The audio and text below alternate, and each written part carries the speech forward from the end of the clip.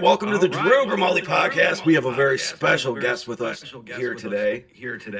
Dr. Owen Anderson, professor of philosophy and religion at Arizona State University. And he is also a Turning Point USA advisor for the chapter on Arizona State. So thank you so much for being here today. I know I realized after the fact that you're like quite like 2 hours behind, so it's like 8 o'clock. So you're really Yeah. Well, we're 9 o'clock right now because Arizona doesn't change we don't change our clock.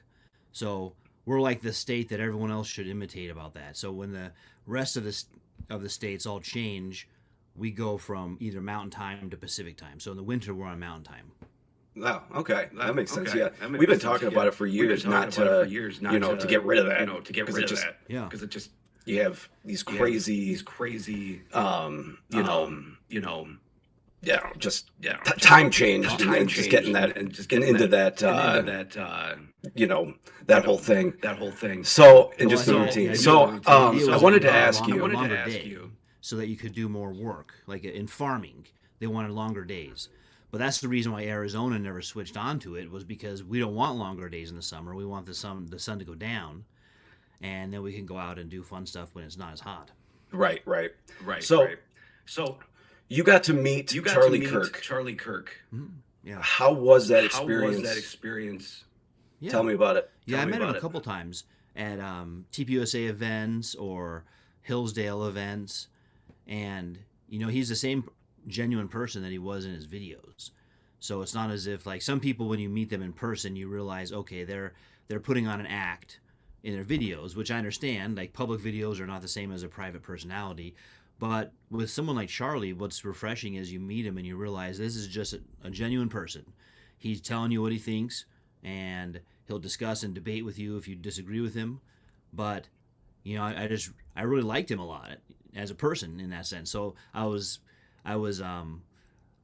interested in how he's able to present himself in the same way that he is in private. Now, I guess I should say I don't know him privately. I wasn't hanging out with him as his best friend or something. But just to see, like, okay, in smaller settings or just more one-on-one with students, this is the same guy that they all see videos.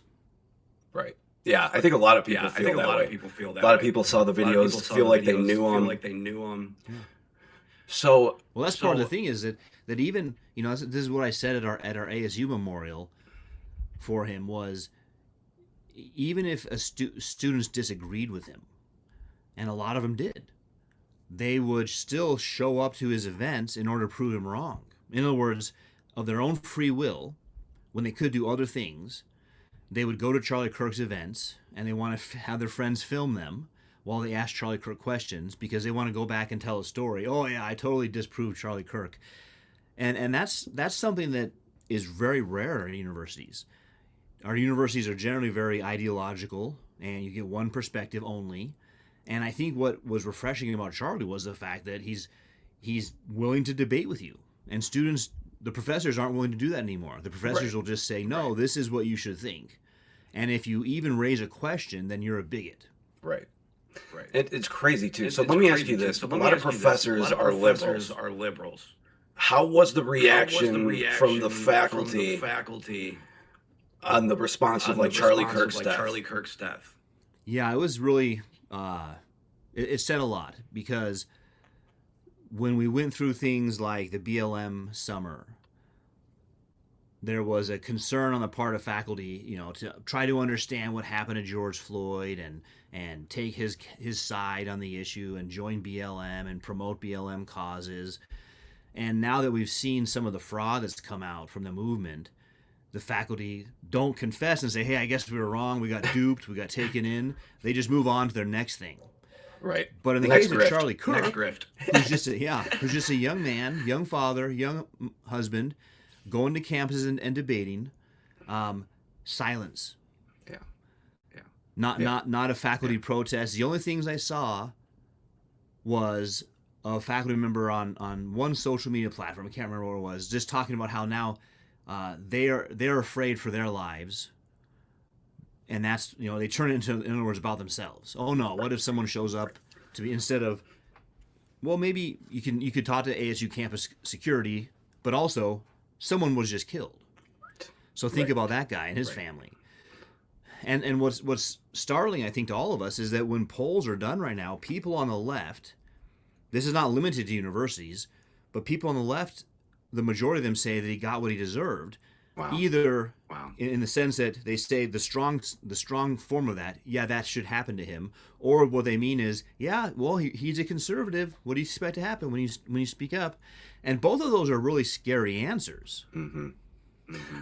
Yeah, they knew that he had such an influence over the younger generations.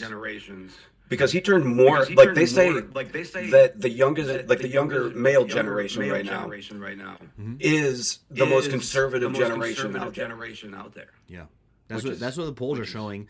But by contrast, the young women are one of the most liberal right now, and that's gonna, as we go forward 5-10 years, and young people are trying to form families, it's gonna be interesting to see how that plays out. Right. Well, you saw that too with Mamdani in New York. Mm-hmm. A lot of women came out to vote for him, even though Sharia law type thing, it's not the best for women's rights. Yeah, and well, that's the what any of us in kind of political philosophy want to figure out. The coalition that the left has made with LGBTQ and Islam is conceptually incoherent, because as soon as those two get the chance, they're going to go at each other. But the only reason it makes sense is just the old adage, the enemy of my enemy is my friend. Right. So they both mutually dislike conservative Christians. Once they've got the conservative Christians out of the way, then they can figure out how they're going to live together. But I think both of them has a similar view of the other. So think about the left. The left's view is we own the institutions. Any conservative religious group, whether it's Christian or Muslim or any other, is going to have to send their kids to us for college, and we've been very successful at deconverting Christians. So we'll do it with whatever other religious group, the Muslims, the Hindus, they both have conservative branches. We'll do the same thing to their kids we did to the Christians. So that's the left's strategy. Islam's strategy is, well, we'll outnumber the left. So, we'll end up controlling the voting, we'll end up controlling the budgets, and we'll be able to take over these universities. So they both have a strategy, I think, in mind. And my suspicion would be the conservative Muslim one would be the winning strategy, because it is true that the numbers for a leftist professor, they're not having kids very often, and they're not having kids up to the replacement rate. Right. And the views they peddle in the university are increasingly being rejected. So let me ask you this: Do you think the Bible should be taught in Catholic or in Christian or in public schools? Like K through 12 or Yeah. K through 12. I'll handle those a little differently. So K through 12. So I'll say my short answer, yes. K through 12, yes. Now what happened for K through 12 was in the 60s, there were a couple Supreme Court cases. One of them was spearheaded by a woman named Madalyn Murray O'Hair, and she was a communist. I think she was the president of the Texas Communist Party or something. So that was a public thing. Everyone knew that. But her kid came home from like 5th grade or something and said, "Hey, they made us pray today." And so she took that case all the way to Supreme Court to get prayer kicked out of school. There was another case that got the Ten Commandments kicked out of school.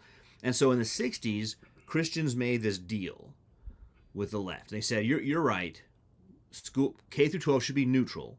We'll agree to stop teaching the Bible in it. Now, the left didn't keep that side of the bargain because it wasn't ever a bargain. It was a hostile takeover from the beginning. So the Christians viewed it as a bargain, and we'll both keep our sides, and the left was just saying, no, we just conquered you. Right. So for the last 60 years, we've had no Bible, no Ten Commandments in public schools. Now, what that means is when I go to conferences in Europe as a philosopher, it's really interesting to meet colleagues who will tell me, because European nations are largely atheist, but they'll say, we Europeans actually know more about the Bible, we don't believe it, than you Americans who claim you believe it. And the reason is because they still teach the Bible in their equivalent of K through 12. They just teach it as one of the great books, not like the inspired word of God, but you would read Genesis just like you would read the Iliad, and you would know about both of those. And so America has this weird thing where we've got a lot of evangelicals, a lot of people who say the Bible is the word of God, But whenever you have like a Jay Leno man on the street where he asks people questions, and I've seen one where he asks them, "Can you name the 4 Gospels?" Well, one, they don't even know there was 4. Like, well, there's 4 of them. What are these things? And then 2, they don't know. Right. And yet statistically, 70% of them are probably claiming the Bible is the Word of God. And so I think we can bring the Bible back minimally as a book that we all got to know. Right. Even if you don't believe it, you got to know it. Yeah. But then I'm a First Amendment scholar, and I don't believe it would contradict or violate the First Amendment for public schools to say God is real, we need His Word and the law of God, and we need redemption, which is through Christ alone. Because the First Amendment just says you can't establish a national church, and then you can't interfere in someone else's worship. The government. You means the government. Side note, a lot of teenagers think the Bill of Rights is a teenager Bill of Rights. Like, my parents can't infringe on my first. Oh, sure they can. Yeah. Your parents aren't the government. The Bill of Rights is about what the government can and can't do. So we can certainly have, let's say, a president. President Trump just last week spoke about Christ as the light of the world. He's quoting John 1:4. And that doesn't make anyone go to church. You're free to not go to church. And so I think that we can end this 60 years of a supposed truce where we just handed everything over to the Marxists, and we can say, no, that was a major mistake. We're not committing that again. The First Amendment does not bind us from talking about the Bible. And then that's K through 12, which I think is more restrictive. When we get up to college, it's a little more open, because now you're not dealing with parents, you're dealing with adults. K through 12, you got to deal with what the parents want for their kids. And that's a good argument for homeschooling. Right. But college is a little more open. And you certainly should, especially, I think, have debates at the universities. If a university says we're not going to mention the Word of God, well, then what do you think is the foundation for life? Right. Or even the great values that we have. I mean, I was raised Catholic. I like to think I have good values, and that all stemmed from growing up from that, you know. Yeah, so what if we have, universities have public debates about that, where they, if they want to be ruled by cultural Marxism, well, let's explain to the people what that view says about them, that they're just animals, that they have no soul, they're just a material body, that when it dies, it stops existing. And your university is based on that view. So let me ask you this. So I think it's interesting that California wants to get rid of letting parents know that the kids are transitioning. But if you were in California and you heard a teacher converted a kid to Christianity without telling the parents, they would lose their minds. Yeah.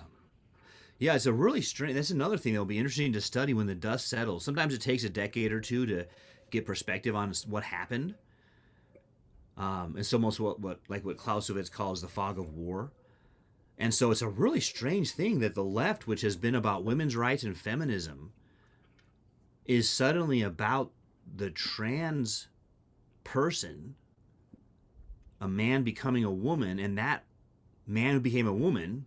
I don't even think that they can do that. I'm just saying that's what they say.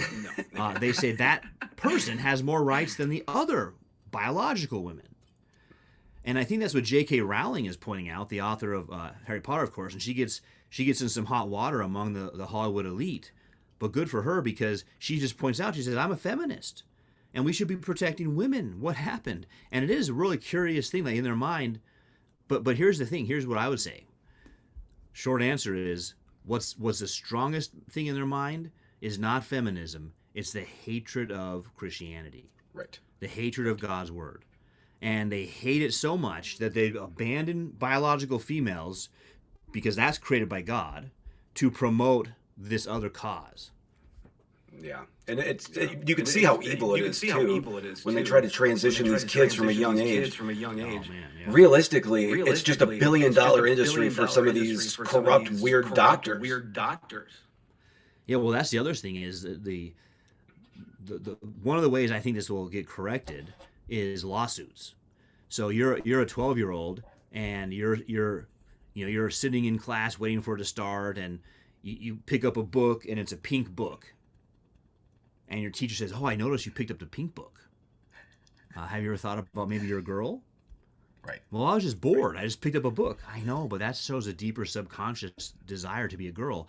And so now the teacher's working on this 12-year-old, and the 12-year-old goes along with it, has body parts amputated. Those don't grow back. Right. And then I think what's going to happen is, and we're already seeing a few of these, they hit 25, and they'll say, "What on earth happened to me?" Right. And I think they're going to have some legitimate court cases.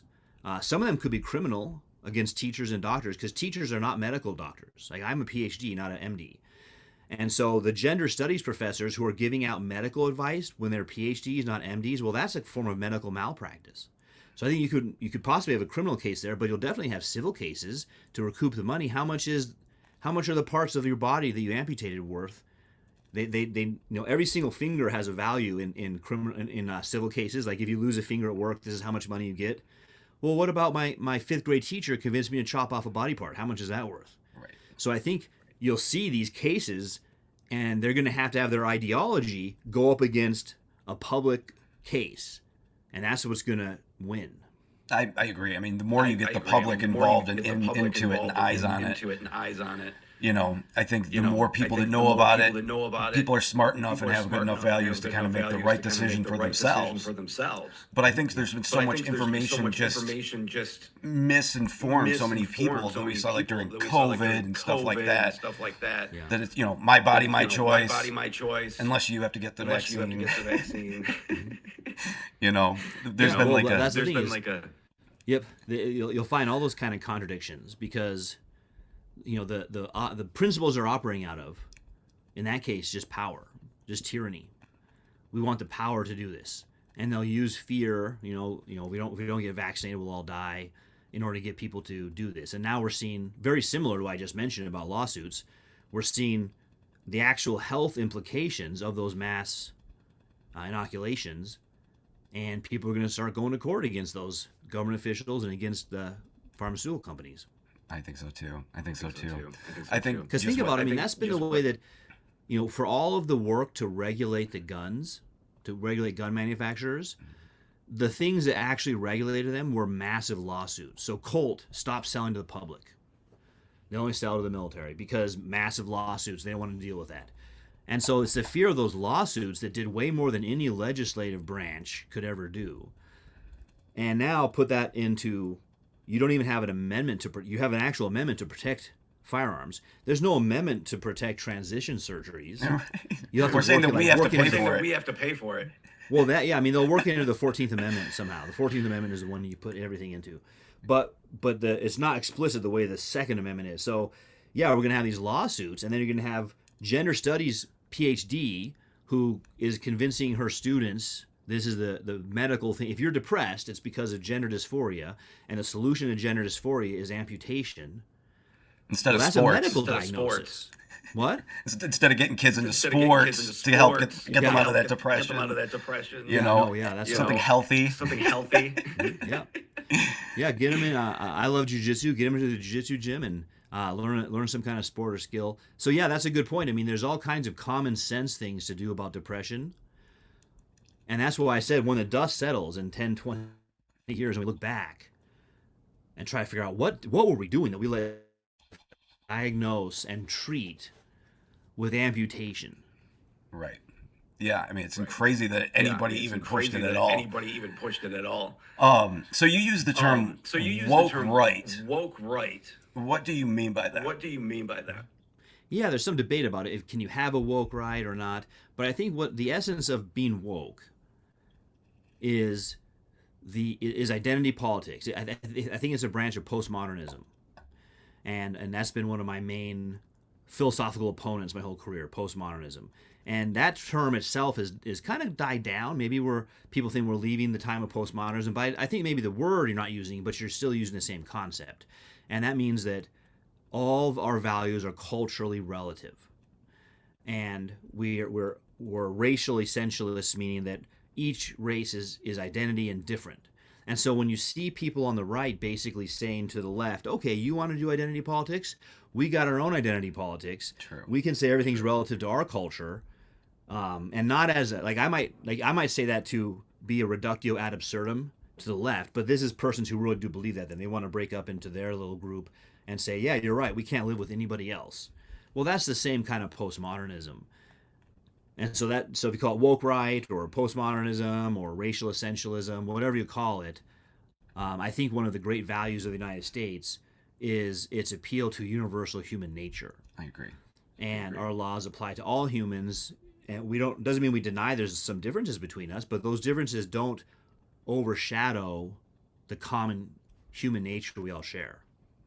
I agree 100%. I agree 100%. I agree. You know, there's like wokeness is kind of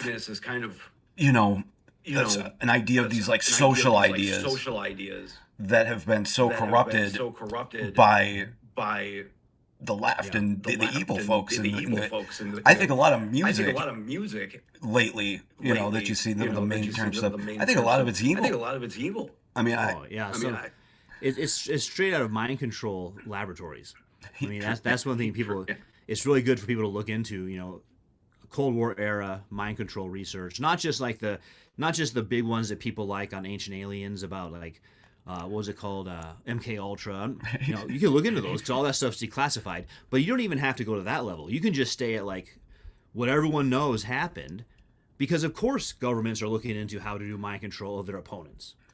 Right. So if you're thinking about how do I change the minds of the Russians to be pro Adam Smith, well, that same research applies to your own population if you want to. Right. Well, I think we saw a lot of that too during 2020. During the election. Yeah, exactly. Yeah. So it's really interesting to look into the psychology behind crowd control. There's some good books on that. But I think you're right. Pop music is one of the main ways to do it. Because, I mean, which of us hasn't had a song stuck in our head at one point? Right. A pop culture, like 10 seconds replaying. Constant. And a stupid little message. Yep. Oh, I got that song stuck in my head. Yeah. Better when you go to church and get those songs stuck in your head. I know. Well, the other, I was talking to a friend yesterday because Costco has crazy sales right now on televisions.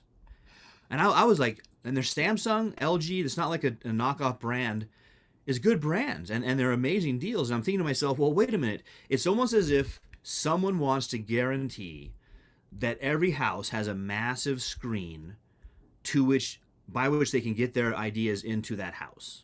Right. And they must be subsidizing this. And they want a microphone they can turn on. Just like Alexa, is always on. Right. So I mean, I'm not trying to become secret conspiratorial, but this is kind of just out in the open. Right. Why are these so cheap? Well, how else are they going to get this information into your house? I agree, yeah. And we saw a lot of that, like I said, during COVID. I mean, people were saying, don't do your research. AKA, don't read anything. Don't go on the internet because that's wrong. Don't read anything. Don't try to inform yourself. Yeah. Yep. Oh, that's crazy. Yeah, I think so. I think that information control. So let's link this up with the woke right. Let's say one of the values I see them emphasizing is connected to what you just said. I'm going to question everything because maybe this is usually this age group is maybe they were in high school during COVID or young college age, and that was their formative early adult experience. And so they say, look, the biggest institutions in my life all lied to me. I got to question everything. And now I'm a philosopher, so I say, yes, question everything. You should do that. But you got to question it well. You don't want to end up like in some weird thing because you questioned everything. But you should question everything. And so one of the things you question is the narrative about history. So that's why they'll start to say, well, maybe Churchill was the bad guy. And they say, well, yeah, you and Barack Obama agree on something then, because that was his narrative. Churchill's the bad guy. And so you can look into those and question that, sure, but there's also philosophical questioning, not just the narrative of history, but you can also begin to question, like, did you ever learn the meaning of life? What did your K through 12 teacher say about that? And probably nothing, but what did they demonstrate through their life? And that gets us back to the Bible, right? Why is the Bible hidden from you and kept away from you? That'd be the one I would question personally. It's fun to question historical narratives, but I start to wonder that, like, why are those in power so concerned to make sure the Bible's not brought up at all? I think a lot of that has to do with because Christians believe that we get our freedoms from God, and liberals think that they get their freedom from the government. Yeah, yep. That's always a big tension there. Is I just got this little pamphlet from Alexander Solzhenitsyn. This is his Nobel Prize speech. But if you read any of his works, he was a prisoner in Soviet Russia, and he wrote he wrote some great novels while in prison under the Soviets, and that's some of the things his novels point out is the desire to be tyrants and try to conform humans to the image of what the tyrant wants. They think that humans are infinitely malleable and that the government basically is taking over for evolution to speed evolution up. And they can make you into the perfect human. Whereas I think in the West, compared to the Soviets, in the West we believed that no, we get our nature from God, and there's a lot we can do in terms of developing our skills, but those are all within the context of a human nature that's not changing. Right. And you're right. We trump any tyrants, and pun there with the word Trump, Yeah. because that's what I hate about him.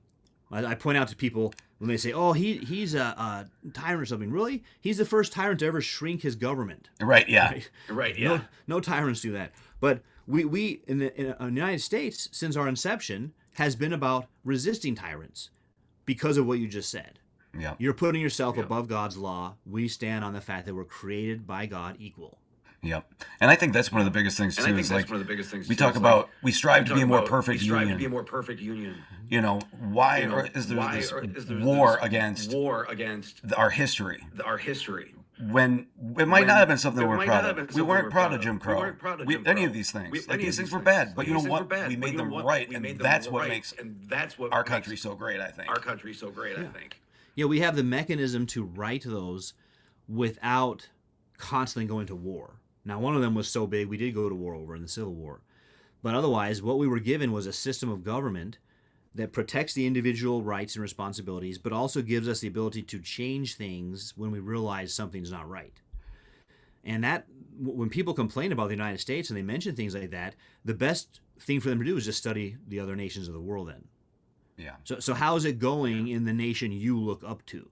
Because they might think, North Korea, we want to be communist. Well, look at Cuba and North Korea then. How are they doing? Right. Well, so, well, not those ones. China. Well, China's a kind of industrial communist situation, which grew its population, but now they're facing a population decline, especially among young men or young women, which is important for them.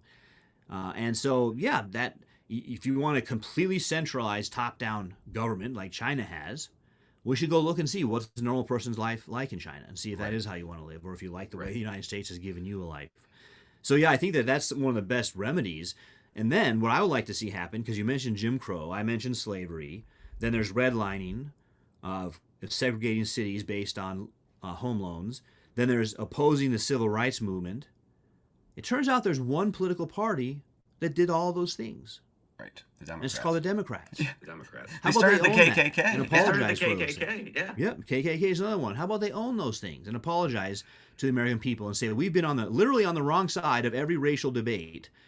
But what they've done, again, with crowd control, is they've flipped it. So if you were to go out and do a Jay Leno man on the street and say, which party is for slavery and racism, people probably say the Republicans. Right, yeah, even though the first, 27 black senators were all Republican? Well, that and the Republicans are the ones who ended slavery in the South. The Democrats are the ones who said, we're willing to go to war to defend slavery. Yep.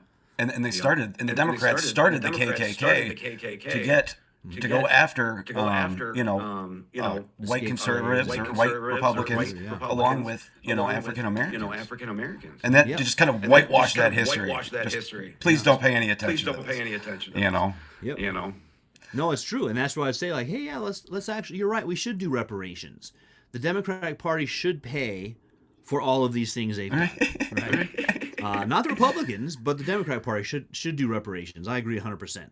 Yep, 100%. And that includes if you're a white family who had a northern relative who died in the Civil War, well, the Democrats should pay you some money for that.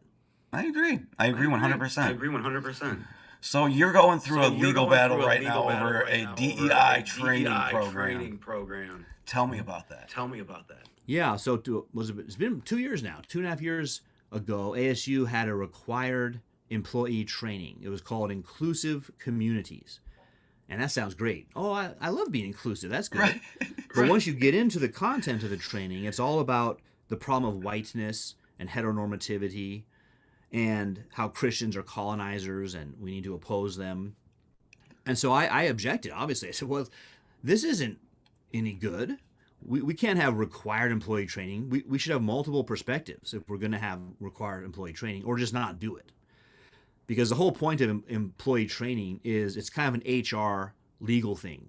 So if there's ever a lawsuit, you can say, oh, no, we gave them training. Like we have fire training, what to do if there's a fire. We have computer safety training, what to do if you get hacked.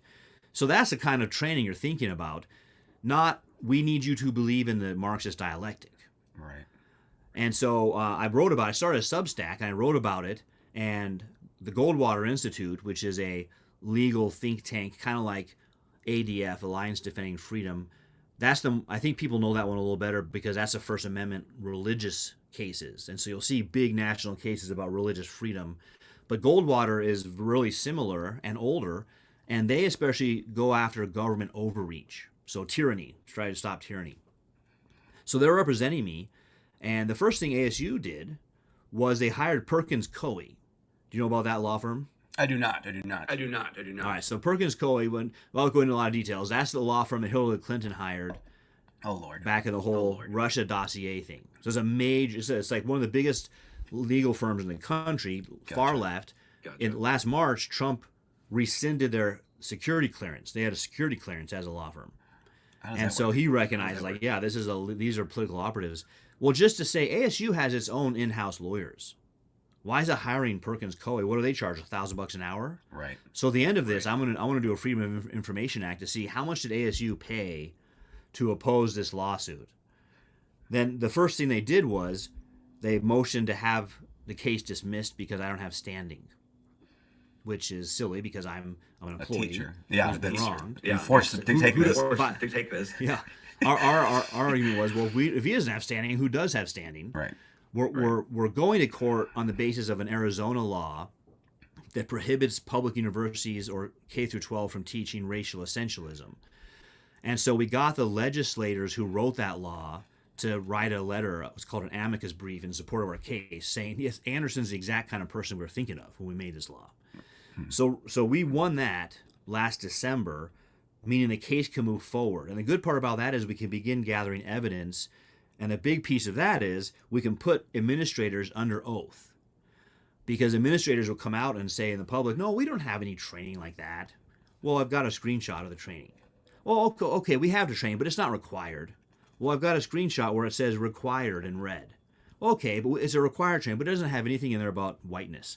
I got a screenshot. So that's one thing in the public, but it's a whole other thing if you're under oath.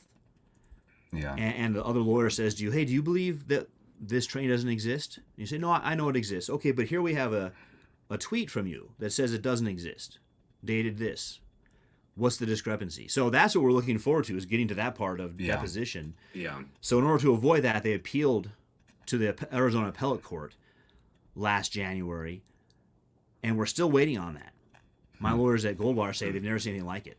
This usually should take 90 days. We should have known last May. And we're still sitting on it, waiting to hear, because, who knows? I mean, it'd be speculating. I don't know who the judge is personally, and so I don't know what's going on. Either you go forward or you don't go forward. Right. Make the ruling. Right. Now, once that ruling comes out from the appellate court, let's say they say, oh, we're overturning it, you can't go to court. Well, we'll just bump it up to the Arizona Supreme Court then. And I'm sure the other side will do the same thing if they don't like the outcome of the appellate court. So that's where we want to end up. We want to end up at the Arizona Supreme Court either way, because when they make a ruling, it's much more solid than just a lower court. See, I appreciate that, and I appreciate you taking up this battle, not just for yourself, but for all of us. You have a book about Samson. Tell me about this. How he's the perfect example of how a male should live his life today. Well, I wouldn't say it's perfect, but what I do say is many young people have had him ruined for them, because when they hear about him in Sunday school, what they hear is he is an example of a flawed human being who God used anyway.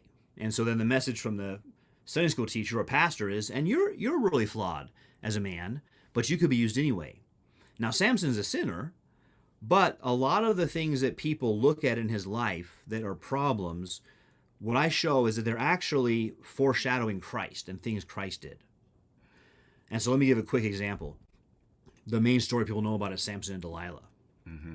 And they'll think, man, why is Samson so stupid? Because he goes there the first day, and she says, "Hey, how are you so strong?" Because she's being paid in silver coins by the Philistines, and he tells her something that's not the case. And so I'm trying to think of the order. One of them was like, braid my hair and then I'll lose my power, bind me up and I'll lose my power. So people think, man, Samson's really dumb because this happens 3 times. Right. Why didn't he learn his lesson in that process? Right. Well, what that's reminding us of and pointing us to is Christ, who was sold for 40 silver coins. And would you say that he was dumb because he was patient with Peter, who denied him 3 times also? No. So Delilah denies Samson 3 times. Peter denies Christ 3 times. And in the New Testament, we see that Christ is spoken of as the groom and the church is the bride. And the book of Revelation ends with a marriage feast of the bride and the groom, the lamb and the church. So Samson and his bride is analogous. And in the New Testament, the bride of Christ denies him and hands him over to the Gentiles. In Samson, his bride denies him, sells him for silver coins, hands him over to the Gentiles. So when I do my book is I show these parallels to give Samson back to young people, because one of the things that Samson does is he's very courageous. He doesn't just wait for the Philistines to come to him. He goes down to them. He takes the battle to the Philistines. And I feel like we're coming out of an era, you and I kind of just started our conversation about this, where we've done what the other Israelites were doing at the time of Samson. The Philistines are in charge, and we're cowering. Christians are cowering in the corners. I hope they don't hurt us. Maybe if we're quiet, they'll leave us alone. And Samson says, "No, I'm going to go to the Philistines and start a battle." And I think we need to revive that attitude in young men. I love it. Well, I will put up your link for my book. I appreciate you being here today and answering all my questions. You've been, It was really nice to talk with you. It was a lot It of was fun. nice talking with you too. I could have went longer, but my Zoom's yelling at me, and I didn't want to cut you off, like midway through. So Yeah, I saw the same timer, so I was being followed by I was like, all right, I think that I could have talked to you for we're hours. connected on X, so we'll keep in touch on X also. Yeah, definitely. Hey, I appreciate you coming on. Thanks so much. Yeah, thank you. Have a good day. You have a great one. All right, that was awesome. He was an awesome guest, and I'm going to put up his links too for his book. That way, everybody can take a look at that and all of that. So, yeah, that was awesome. He was a great guest. I really enjoyed talking. I could have talked to him for a long time, but like I said, Zoom was yelling at me. So we'll get into some videos here. Democrats we've talked about this, but Democrats have been demonizing the National Guard. And they have been trying to mobilize these crazies forever, right? To the point where you now have these people that are coming up to the National Guard's people and absolutely kind of You realize that you're violating the Constitution. You are fucking... Hello, babe. What's up? Oh, did I give him a promotion? Well, you got me. What's that? There's the officer you're a So you guys are aware that you're violating the Constitution? Where are you from, Staff Sergeant? Weren't you in the military? I was 11 Bravo. I got out in 2011. I did fuck up my rank there. You got me there, but I was not a good soldier. I have a problem with authority. But apparently you don't. You don't believe in the Constitution, but at least I believe in that. So where are you from, soldier? You ever fucking deployed? Oh, you've never deployed. So you're a staff sergeant, never deployed, who is now violating the Constitution. Excuse us. What's your deal? You don't believe in the Constitution? Is that what it is? How much you get paid for this? I don't get paid at all. I'm a volunteer. I do this for love of the Republic, unlike you. You come from some fucking state far away to come fucking betray your oath to the Constitution. It's funny to you, motherfucker? You piece of fucking shit. Never did a damn thing for this country, but you wear that uniform with pride. What's up, bitch? What's up? Hi, how's it going? What you got to say, motherfucker? What you got to say, you punk ass bitch? You're harassing our Fuck soldiers off. afternoon. I'm a combat infantry veteran. These fuckers ain't done shit. Yeah, and I served for 30 fucking years. in So the what? Army. Yo, so you don't believe in the Constitution either, asshole? That's exactly why they're out. You're Exactly so why you're out fucking there doing what you're stupid. doing. You don't know nothing Thank you, about the Jim. I appreciate Constitution. it. You are so full of shit. What a So star. you're one of Trump's people, aren't you? You're one of fucking Trump's people. I'm one of everyone's. So you don't believe in the Constitution. Do you understand the Posse Comitatus Act? You look like you're obviously well fed. You're probably an educated man. You said you served 35 years, so you understand the Posse Comitatus Act. This has something to do with permission. That has everything to do with the Constitution. U.S. troops are not supposed to be deployed on U.S. city streets. You're so full of shit. See, nobody can do it. So what's up with you, man? You don't want to be here, do you, man? Where are you from? Where are you from? You really don't believe in your oath to the Constitution? You probably don't give a fuck. You're just trying to get a paycheck, aren't you? But you need to understand that you are supporting Donald Trump's tyranny. You guys are setting the precedent for military to be on our streets policing our citizens. Mind your own business. Fuck you, bitch. Oh, thank you so much. God damn, I'm so fucking tired of y'all betraying our fucking nation. For what? For a fucking paycheck? Captain Dylan Blaha ain't in Leavenworth. Staff Sergeant Demi Palachek ain't fucking in Leavenworth. You deployed. You probably have a combat badge, don't you? You look like you've seen some shit. How do you feel? Betraying this city, betraying this republic. I'm up in your face for one reason and one reason only, and that is because you're betraying the oath you swore to the Constitution. Okay. So what the fuck? Go home. Go take a knee at the Capitol. Stand up for the republic like you swore to do. What the fuck? I'm fucking up your rank today. God damn.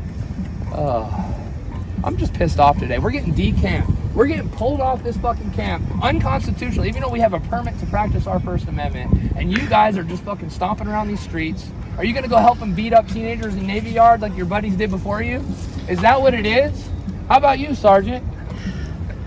What? Oh, it's so funny to you pudgy little bitch. You are such a fucking asshole. I am pretty good, aren't I? You got me there. But I'm really fucking tired of this shit. I'm really tired of y'all fucking betraying this nation. I am really sick of what you're doing. So I'm gonna be in your face every time you walk through here. Every time you walk through here. So I think I've seen enough, but yeah, like, tell me how much fucking acid and mind control that guy had to have to think that having the troops there to protect citizens from violent criminals is a violation. Like, these people are sick and evil. Like, there's only one thing you can do is you have to protect the people. And that piece of shit, you see these people walking by, they're like, come on, man. The lady's like, mind your own business. And he starts swearing at her. And you can bet your ass he's a paid protester. I would put money on it. And that's why they even asked him that. You got Representative Maxine Waters, Democrat, says that she's against killing narco-terrorists that have smuggled tons of drugs into our country. She's against that. Check this out. I am outraged at the way that on his own, without any consultation, he doesn't know whom they are, whether they're innocent or whether they're guilty. He should follow the laws. The laws does not allow or intend for the President of the United States to just kill anybody that he wants to kill. He's a killer. I mean, this lady's off her fucking rocker, and the Democrats keep putting her out there and keep voting for her. Like, there's a serious problem in the Democrat Party. They have nobody good. Nobody. This is Senator Tammy Duckworth, a Democrat, that says that U.S. should have given help to the survivors of the drug boats. Oh, it looks like that one came down. It looks like that one was deleted, so maybe she took it down. This is Rashida Tlaib of Michigan, who is the main reason they like goats. Hi everyone, it's Congresswoman Rashida Tlaib. I'm here at North Lake Detention Center. It's in Baldwin, Michigan, which is 3.5 hours outside of Detroit. We've gotten a number of complaints from family members, legal advocates, community members about the conditions of the facility. So I came here to do my job of oversight. And I'm here again to make sure that all of you know that we're going to hold them accountable, that we're going to make sure the conditions are safe, and that everyone's rights are protected. And I also was able to visit my 19-year-old resident that got placed here all the way from the city of Detroit. Not only for him, but for many of our families. We're going to make sure we push back against ICE, get them off our streets, and keep our families together. Hi everyone, it's Congresswoman Rashida. She's so fucking worried about these families. Why not worry about Michigan families that have lost fucking children and loved ones to the terrorists that they have in that fucking facility? But she's a voice for the terrorist, being that she's one of the Dearborn pieces of shit. Dearborn needs to be cleaned out. Seriously, I'm just going to say it. It's not compatible with Western civilization, and there needs to be an even bigger ICE presence there. But this is an old video of Joe Biden that surfaced recently talking about how we should go after drug boats. But, you know. We should do more to stem the flow of drugs across our borders, and we think we should go one step further. Let's go after the drug lords where they live, with an international strike force. There must be no safe haven for these narco-terrorists, and they must know it. We think we should do more. So Joe Biden was for taking out some of these drug boats. Barack Obama killed an American citizen with his drone strikes. But these people are just disgusting, man.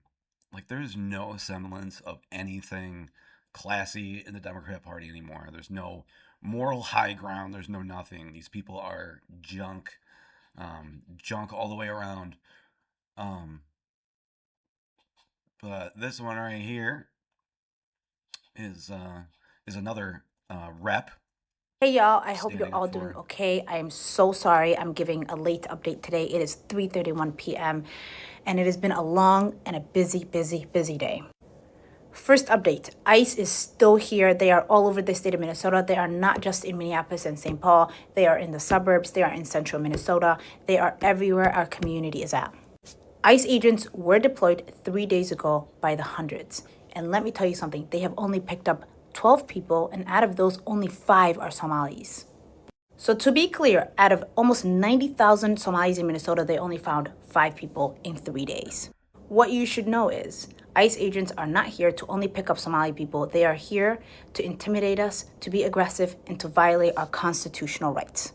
They're coming after any and everybody, but specifically for the Somali community. If you look Somali, if you have an accent, they will question you whether you are a citizen or not. They will try to detain you. They will try to violate your constitutional rights. So it's really important that you keep with you your passport and your ID to identify yourself. Every single citizen that they have questioned so far, that's all they have done besides being aggressive. They have only questioned them. So it's really important that you know your rights.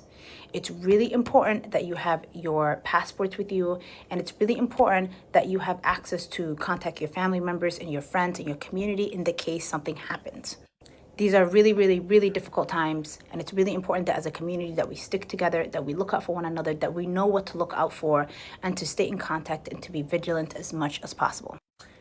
And our community is coming together. They are in the mosques, they are in the malls, they are showing up, and they are showing ICE that they are so much more powerful together, united, and that we are not afraid. We're not afraid of Donald Trump. We're not afraid of ICE agents, that this is our community, this is our home, and we're not going anywhere. I will be doing a few more updates throughout the day, but I do have some incredible organizations who are doing amazing. All right, so we're going to get off her because she's kind of boring as fuck. But I mean, these people are nuts, man. These people are nuts, and they do not care about facts. For example, Ilhan Omar, again, called Stephen Miller a Nazi. Again, Stephen Miller is Jewish. So 80,000 people of Somali descent in your state. But the president has been very focused, not just on them, but on you. In this extraordinary cabinet meeting, he said Somalis, quote, come from hell. They complain and they do nothing but bitch. Take a listen. These are people that do nothing but complain. They complain. And from where they came from, they got nothing. We don't want them in our country. Let them go back to where they came from and fix it. Thank you very much. That knocking is vehement agreement from his cabinet members there. I just wonder what the reaction is in your district to have that from the highest office in the land. It's disgusting. It's completely disgusting. These are Americans that he is calling garbage. And we feel like there is an unhealthy obsession that he has on the Somali community, and an unhealthy and creepy obsession that he has with me. I think it is also really important for us to remember that this kind of hateful rhetoric And this level of dehumanizing can lead to dangerous actions by people who listen to the president. And 95% of the Somalis in your state are U.S. citizens. Yes. Just for clarity there. That's unreal. I mean, talk about your constituents are legitimately just a terrible class of people. That's why she's in there. But we got to be careful because we don't want to consider these people, you know, like the Clintons did with the deplorables or anything like that. Here is a video of the Osbournes exposing the type of man that Donald Trump really is in this very good video. He doesn't live in a bubble. He knows what's going on in the streets. He knows what is going on. And I can't say that for our Prime Minister.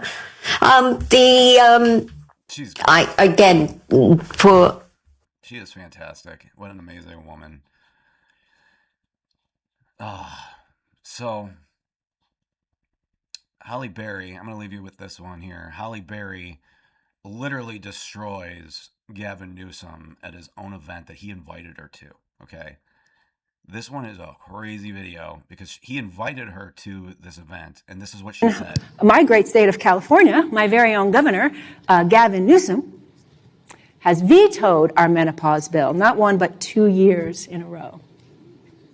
But that's okay, because he's not going to be governor forever. And with the way he's overlooked women, half the population, by devaluing us in midlife, he probably should not be our next president either. Just saying. I need every woman in this country to fight with me. But the truth is, the fight isn't just for us women. We need men too. We need all of the leaders, every single one of you in this room. This fight, back in my great state of California, my very own. So she ripped him apart because essentially he's just been so bad towards women. So I'm going to end actually with these last 2 videos here because these are crazy. This is a Muslim father who made his daughter cut off her doll's head as a sacrifice to Allah. Now, I've never seen a Christian tell anybody to do this, but check this out.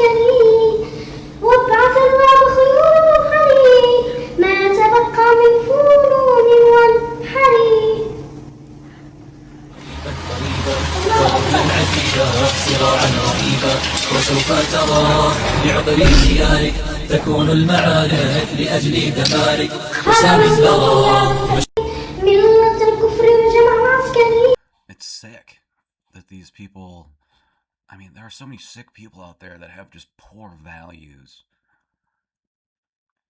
But here's another one from Muslims in Dearborn, Michigan, yelling, "America must fall." Don't know why or how these people got into this country, but I'm sure we'll figure out. Watch this. We haven't done anywhere near enough. And the people here, I promise you, we do feel ashamed. We do feel like we're not doing enough. We do feel like change needs to come, because change must come. And in the form that it must come is that this empire, the American empire that's been hurting our people since the beginning, the imperial Western powers that have been hurting our people since the beginning, they must fall. And inshallah they will fall. And my message to the people of Gaza and the oppressed peoples across the world is that there are people here, both young and old, who are going to be willing to fight and are willing to put their lives and everything they can on the line to bring these empires down, because they must come down. Achieve the victory. We haven't done anywhere near. They want America to fall. They want America to fall. So this one here is Treasury Secretary Scott Bessent says 2026 is going to be the best year ever for the American people. And I tend to agree with him. But check this out. He explains 2026 is going to be a great year. The president set the table. You know, he's done peace deals, trade deals, tax deals. And the economic policy is really a three-legged stool. As you said, in Trump 1.0, we had the Tax Cuts and Jobs Act. So we had tax, but this time it's also deregulation. And the amount of regulation coming off the books, I think we're going to talk about that later, is just astounding. In the U.S., that we've gotten out of the ability to make things and to do things in a productive way. And then the third part is trade. And these trade deals, they are bringing in the trillions of dollars and opening up markets for U.S. companies, bringing manufacturing back to the U.S. By the way, the manufacturing is automobiles, pharmaceuticals, semiconductor chips, rare earth. Well, I was just in my hometown of Charleston, South Carolina 3 weeks ago. Boeing, thanks to President Trump, Boeing gave the president the #1 Salesman of the Year award. He sold over 1,000 Boeing planes in the trade deals. Boeing in Charleston was expanding their Dreamliner, the 787 plant, by 50%. 1,000 new high-paying jobs, great benefits, and then all the construction jobs that go with that. And we're just starting to see it. We're just starting to see the liftoff. We're just starting to see the liftoff. Just starting to see the liftoff. I believe it. 2026 is going to be great, but considering you got the big, beautiful bill kicking in January. Now, we've lost a few people along the way on the conservative movement, one of them being Marjorie Taylor Greene, who got slighted by Donald Trump because she wanted to run for Senate, and he said no. So she's gone on this tangent where she's been just calling him hateful and all sorts of nasty things, which the liberals posted yesterday that you are, quote, and I'm quoting him now, not America first or MAGA, and your, quote, new views are those of a very dumb person. That's the president of the United States speaking about you. What's your response to these latest attacks? Well, actually, Wolf, I feel very sorry for President Trump. I genuinely do. It has to be a hard place for someone that is constantly so hateful and puts so much vitriol, name-calling, and really tells lies about people in order to try to get his way or win some kind of fight. And I think that's exactly what's wrong in America today. That's what's wrong in this toxic political environment that has ripped our country apart. And I personally think that that's poor leadership from a president. It's a very bad demeanor, and Americans are very tired of it. And unfortunately, I also am concerned because I don't think the president's team nor the speaker have told the president about the legislation that I've introduced, that actually much of it directly literally aligns with the agenda that he campaigned on, I campaigned on in 2024. Many of my bills are actually his executive orders in legislative form. And if the speaker would pass my bills, if the President Trump were to sign them into law, guess what? His executive orders, which make him literally a temporary president, his executive orders, which are my bills, would become law that would become permanent. And so I think it's very unfortunate. Because when I hear him talk like that about you and insult you and attack you like that, I worry about your security and your family's security. And you've been getting some increasing threats, right?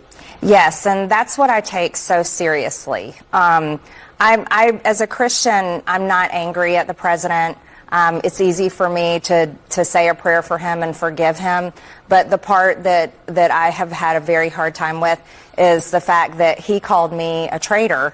And because of his words, that brought serious threats against myself and my family. We had a pipe bomb threat on my home, a pipe bomb threat on my family construction company and staff, and had multiple pizza doxings. But the serious one was the direct death threats on my son. And I think that goes beyond anyone's arguments or disagreements or politics. All of our children and our family's safety should matter to anyone, no matter if they're mad at us or disagree with us. I think that should be something we respect. So she's really gone off the deep end with what she used to stand for and all of that. But we pray for her because that's what we do. We pray for people that are going through some tough times like she is. We say prayers for the National Guards that were injured, along with all the ones on duty right now. But most of all, we want to pray for the Democrats and their kids, because they might not have a chance. So I wanted to leave you all with this final thought. I might have said it last week, but it's so true. The devil makes things really easy when he knows that you're already his. So when you have your struggle, just know that you got to keep your eye on God, Jesus, and the light. Thank you so much for watching and listening. I appreciate all of you being here today. God bless, and we'll see you next week, Saturday, 11 a.m. Thanks so much.